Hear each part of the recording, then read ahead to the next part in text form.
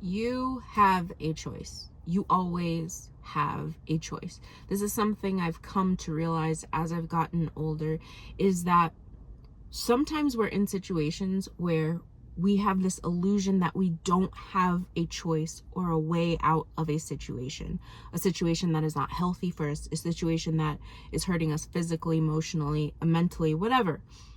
We think we don't have a way out of it.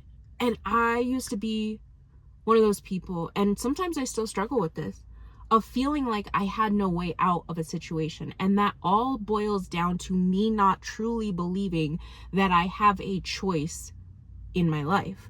And I'm saying this because if you're a believer, you know that God has given us free will. Satan, his demons, all these little principalities and rulers of darkness out here cannot operate outside of the spiritual rules and authority that God has set forth for himself. That would mean that they are beyond God, which they are not. So they have to operate within that same framework of him. And one of his rules, obviously, is that he gives us free will, the right to choose in any situation and in anything. Now, the thing that stops part of us from choosing, obviously, is sin.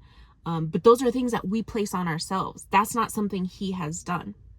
And once we realize that we're in sin, once we see that, once we've repented for it, then are we able to clearly see the choices that we have. Now, when I'm ministering to you, I'm ministering to myself. I'm speaking this into my own life too. I'm not somebody who's going to be like, bro, I've won the race. I know exactly what I'm doing. This is learning. We're constantly learning. If you've ever read Paul, all his letters, that boy was learning till the day he died. Like, he got the meat of it, but like, he was struggling. And so that's a good lesson for all of us, that we're never beyond the point of learning something new or applying what we learn in real time, whatever. So my point is this, is that once we've realized the sin that is forcing us to believe that there is not a choice in the matter. Say, for instance, you're dating somebody and you're having sex outside of marriage. This is a great one. This is me too. So you're dating somebody, you're sleeping with that person, you live with that person, you are not yet married. You're having sex outside of marriage, fornication, you're sinning. You're not in covenant with God. You're not in covenant with this person. It's a sin. Plain and simple. I don't care what society says. I don't care what, Snapchat says or TikTok says or whatever any of those apps say. It's a sin. And you feel like you cannot get out of the relationship because money, for instance. Well, we both split the rent and this and that, and so I can't leave even if I wanted to do things the right way and we wanted to separate, go to, Christian counseling, marital counseling beforehand. Even if we wanted to do that, we can't because money. I used to make that excuse all the time. And as I've gotten older, I have realized that I was allowing myself to not have a choice. I always had a choice in the matter. I could always leave if I wanted to, because if I truly believe that God could do all things through Christ in my life, I should know that it doesn't matter if I broke a lease to get out of a situation that was sinful, spiritually sinful, and physically sinful. It didn't matter if I broke that lease, because God's going to do something great because I've been obedient to him. So regardless if it gave me bad credit or whatever the situation, it didn't matter, because God can fix and rectify those things. When you are obedient to him, he will reward you. And that's not the reason we obviously serve him. We serve him because we love him.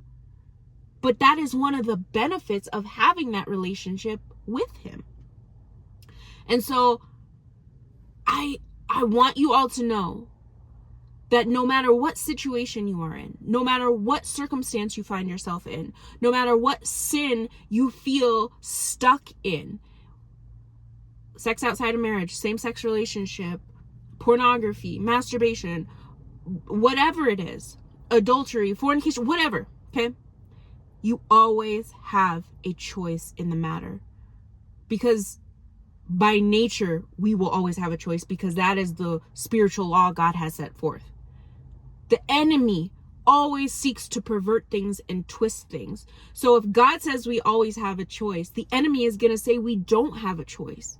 So in that, we should be able to see whether or not, mind blown, whether or not the situation is right or wrong in the eyes of God. Is because there is an illusion of no choice. You always have a choice, no matter what. You are not stuck. You are not stuck. That's the enemy speaking to you. That is not Christ. So if you feel like that, it's time to reevaluate. It's time to fast. It's time to get back to the one. It is time to seek the face of the Lord because he gives a true choice in the matter. The enemy seeks to give you none.